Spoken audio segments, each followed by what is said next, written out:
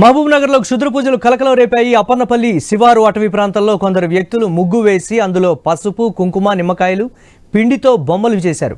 వాటిపై సూదులు గుచ్చి అక్కడ ఒక యువకుడిని కూర్చోబెట్టి పూజలు చేస్తూ ఉండగా స్థానికులు చూశారు. వెంటనే పోలీసులకు సమాచారం ఇచ్చారు. క్షుద్ర పూజలను పోలీసులు భగ్నం చేశారు. పూజలు చేస్తున్న ముగ్గురిని అదుపులోకి తీసుకున్నారు. క్షుద్ర పూజల వస్తువులన్నింటినీ దగ్ధం చేశారు. ఇంతకీ క్షుద్ర పూజలు ఎందుకోసం చేస్తున్నారు, దేనికోసం చేస్తున్నారు, ఎవరిపై చేస్తున్నారన్న కోణంలో విచారణ చేపట్టారు పోలీసులు.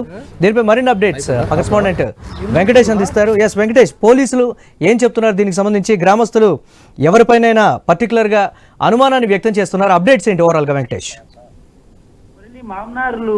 మామనార్లో క్షుద్ర పూజల కలకలం రేపిందని చెప్పవచ్చు. జిల్లా కేంద్రంలోని అప్పన్నపల్లి అటవీ శివార్లో కొందరు వ్యక్తులు ఒక యువకుణ్ణి ముగ్గు వేసి అందులో కూర్చోబెట్టి దానికి సంబంధించి ఆ ముగ్గు నలుదిక్కుల పసుపు, కుంకుమ, నిమ్మకాయలు, జీడి గింజలతో పిండితో బొమ్మలు చేయడం, వాటిపై సూదులు గుచ్చి ఓ యువకుని అక్కడ కూర్చోబెట్టి అతని తలపై కూడా అతని ముందు కూర్చున్న వ్యక్తి మంత్రాలు వేస్తూ దాంతో పాటు నాటుకోడితో అతని తలపై తిప్పుతూ పూజలు చేయడం కలకలం రేపిందని చెప్పవచ్చు. దీనికి సంబంధించి అప్పన్నపల్లి అటవీ శివార్లో కొందరు స్థానికులు ఆ పోలీసులకు సమాచారం అందించారు. దీంతో పోలీసులు సంఘటనా స్థలానికి చేరుకొని క్షుద్ర పూజలు అయితే భగ్నం చేశారని చెప్పవచ్చు.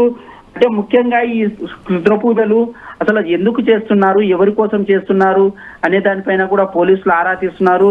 కానీ ఆ బాధితులు చెప్పడం బట్టి చూస్తుంటే తన కొడుకుకు అనారోగ్యం బాగలేదు, అతను పని చేయడం లేదు, దానికోసమే ఈ పూజలు చేయడం అని పోలీసులతో అతను చెప్తున్నట్లు తెలుస్తున్నది.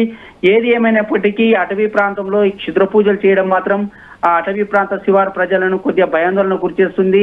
అక్కడ దాంతో పాటు అక్కడ రైతులు కూడా అటవీ ప్రాంతంలోనికి మేకలు వేయడానికి, పశువులను మేపడానికి వెళ్తుంటారు.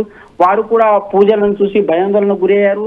ఈ నేపథ్యంలో ఈ చాలా కాలంగా ఈ అప్పన్నపల్లి అటవీ శివార్లో చాలా కాలంగా ఇలాంటి క్షుద్ర పూజలు నిర్వహిస్తున్నారు, కానీ బయటికి పొక్కడం లేదని అక్కడ రైతులు కూడా చెప్తున్నారు. దీంతో పోలీసులు కూడా, రూరల్ పోలీసులు కూడా ఖచ్చితంగా భవిష్యత్తులో అటవీ ప్రాంతాలలోని చాలా ప్రాంతాలలో పెట్రోలింగ్ నిర్వహిస్తామని ఆ రైతులకు, ఆ ప్రజలకు, స్థానికులకైతే అభయం ఇస్తున్నారని చెప్పవచ్చు. పోలీసులు మాత్రం వీళ్ళు చెప్తున్నది, బాధితులు చెప్తున్న దాన్ని బట్టి కాకుండా అసలు ఎవరిపై చేస్తున్నారనే కోణంలో, దేనికోసం చేస్తున్నారు, క్షుద్ర పూజలు చేయడం మంచిదేనా కాదా అనే దానిపైన కూడా వాళ్ళు ఆరా తీస్తున్నారు. ఏదేమైనప్పటికీ ముగ్గురు అదుపులోకి తీసుకొని విచారణ చేపట్టి కేసు అయితే నమోదు చేశారని చెప్పవచ్చు. Murali, right, thanks for updates Venkatesh.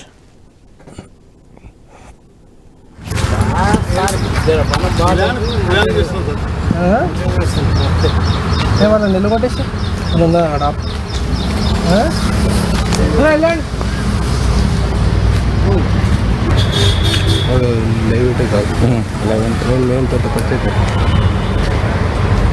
ఏది